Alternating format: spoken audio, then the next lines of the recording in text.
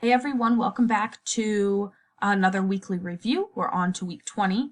I hope you all had a great week with all your snow days. I know I had a lot of fun getting to play outside in the snow. I hope you got to enjoy the weather a little bit and just have some relaxation time. But starting off, we're going to be looking at the judicial branch. And actually, this was your first week of our unit for this. So we're going to be looking at the judicial branch more in depth throughout the next couple weeks. So with the introduction to this, you got to look at how the judicial branch is established. So the judicial branch, I'm sorry guys, I'm going to be tripping over that word for the rest of this presentation, but the judicial branch is established in Article 3 of the Constitution. So you've already looked at how Article 1 establishes the legislative branch, Article 2 establishes the executive branch, and now we're on to Article 3. And so this article basically just establishes a couple things. It states that the Supreme Court is the third branch of government and kind of establishes the Supreme Court as the highest court in the land. They get to establish that the Supreme Court gets to hear and decide cases. And so this panel of justices gets to hear these cases and decide a ruling on it, or decide the outcome of the case. At the moment, we have 9 Supreme Court justices, but that is something that is not actually established in Article 3 of the Constitution. If you read through that, it does not state how many justices are going to serve on the Supreme Court. But yeah, I just thought that was a little fun tidbit. It's changed throughout time, but at the current moment, we have 9. Article 3 also establishes the jurisdiction. So this is just meaning the official power to decide cases. So this states what cases that the Supreme Court will actually get to hear and make those decisions on. It lays out what cases that would be. And then lastly, Article 3 establishes what would happen in a case of treason. So treason is an act that is deliberately against the United States. So it can be an individual, it can be a group. A really easy example of this would be if a group decides to declare war on the United States. That would be an act of treason. It's an act that deliberately goes against the United States. So that is what Article 3 of the Constitution is establishing for the judicial branch. You all also got an intro into state versus federal courts. And so this is an example of federalism, which we've kind of been talking about all year, which is deciding what power goes to the states, remember, and what power goes to the federal government. So in this case, you get to see how we have a court system that works for both the state government and the federal government. So those are two separate things. So the state court system is set up by each individual state. It's going to be set up in the state's constitution. So the way our courts may be set up in Ohio may be completely different than the way Maine's are set up, or Nevada's or Texas's, because it's going to be established by their state individually. The states also have a wider jurisdiction. So this means that they just have more opportunities to hear a wider range of different types of court cases. So they can hear criminal court cases and civil court cases, such as suing another person, divorce, that sort of thing. State can hear just pretty much about anything. And then the way that judges are decided in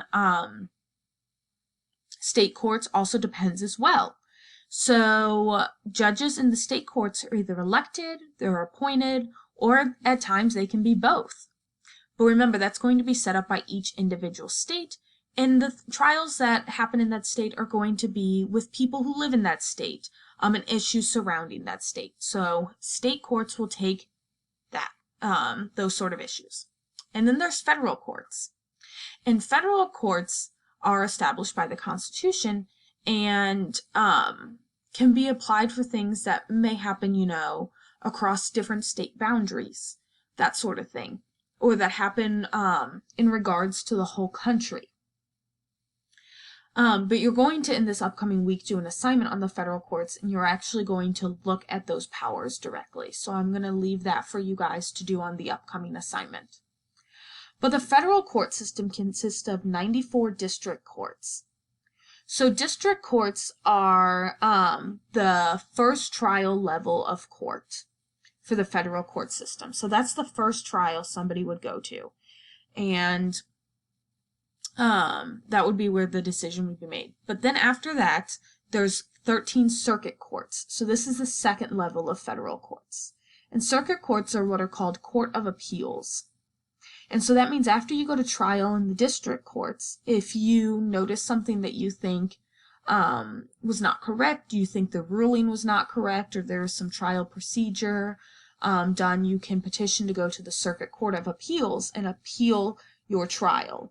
And then you get to present it again at the Circuit Court.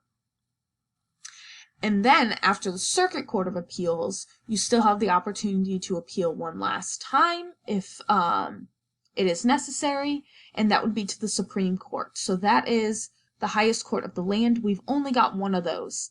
So obviously, you know, it's pretty hard to get heard in the Supreme Court because that's one for the whole country. They could not hear possibly every single court case that people would like to be heard by them. They would never have the time to do that.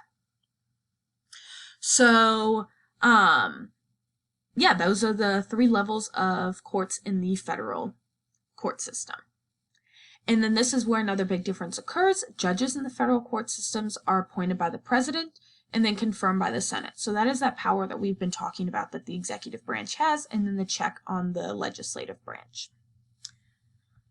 So let's look at the Supreme Court. We're going to look at how cases get there. I included a picture. This is not an updated picture of the Supreme Court. We have 9 justices that serve on our Supreme Court. However, Ruth Bader Ginsburg has passed away and Amy Coney Barrett was confirmed. So that is this woman down here. There'll be a new justice there. However, due to COVID, as I would assume why they don't have a new group photo, I could at least not find a new group photo on Google, but we'll have to update that as soon as we get the photo of the new, or Amy Coney Barrett with the justices. So Supreme Court, how does a case get there? So it requires a lot of different steps. So if you go the state route, you have to go to the state trial court. So that is the first entry-level court in the state system. And then after that trial, then you have to go to the Court of Appeals. So that is, again, appealing some decision that was made in the original trial. And then if it needs to move on from there, then it goes to the state Supreme Court. So remember, that's different than the federal Supreme Court. We only have one federal Supreme Court, but each state is going to have their own highest court as well.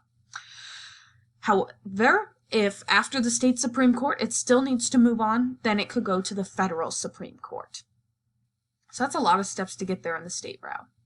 On the federal side, you have to go to the federal district courts. But remember, only certain situations can be heard in a federal district court. Again, you're going to be doing that on this upcoming week's assignment, deciding what those are. And then after the federal district court, if you feel it needs to be appealed, you can go to the federal circuit courts. And then after the circuit courts is the Supreme Court. However, after either of these processes are done, that party has to petition to be heard by the Supreme Court. And the Supreme Court usually gets around 8,000 requests each year, but only hears about 80 cases. Like I said, we've only got one court of the 9 justices. It would be impossible for them to hear that many cases in a year. So they review them, they look over the cases, and then they decide which ones they're actually going to hear. So that's just kind of the rundown on the introduction to the judicial branch. We're going to keep working with this through the next couple weeks. But as usual, please reach out if you have any questions. If you have any questions about the content, make sure you put them on your review chart because I will put in as many resources that I can find to help you out, new videos or articles. So yeah, if any questions whatsoever, we'll help you out on there. But yeah, I hope you guys have a great rest of your week.